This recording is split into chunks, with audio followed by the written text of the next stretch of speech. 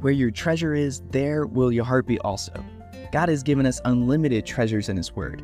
Every time we open it, we can discover a new treasure or admire an old one.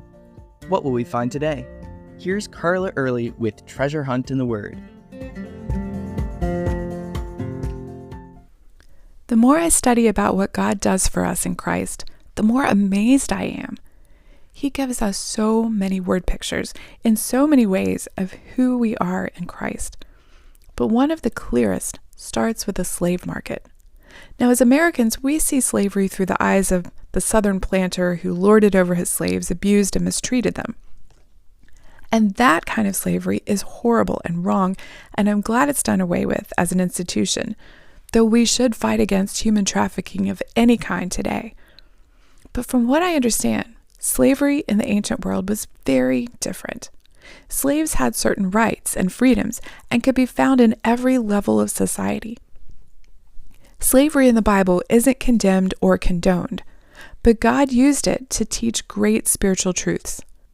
The New Testament uses the word slave 750 times, but usually translators of the English versions use the word servant. But a servant and a slave are very different. Servants can walk away and find a new employer. Slaves can't. So when Jesus says, "You did not choose me, I chose you," He chose us out of the slave market of sin. He paid the price of His own life for us. He is our master, which is what Lord means, and we are His slaves. In John 15:15, however, He elevates that relationship, telling His disciples, "No longer do I call you slaves, for a slave does not know what his master is doing, but I have called you friends. For all things that I heard from my Father I have made known to you." In Bible days, some trusted and faithful slaves became friends with their masters.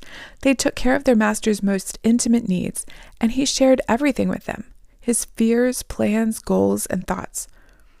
That servant knew his master better than his master's wives, advisors, or other friends.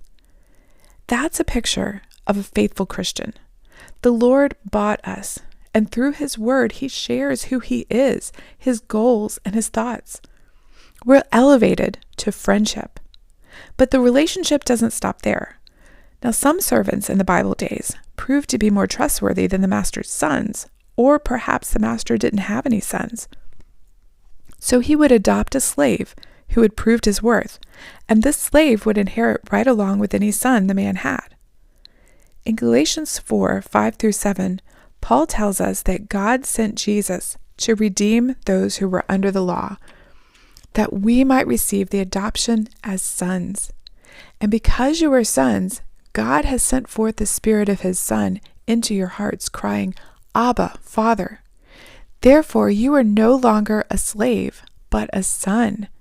And if a son, then heir of God through Christ.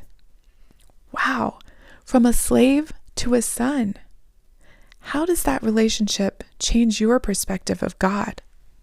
You can contact us at treasurehuntintheword@gmail.com. We'd love to hear the treasures God has given you through His Word.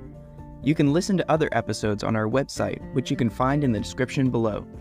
Thank you for listening, and remember, where your treasure is, there will your heart be also.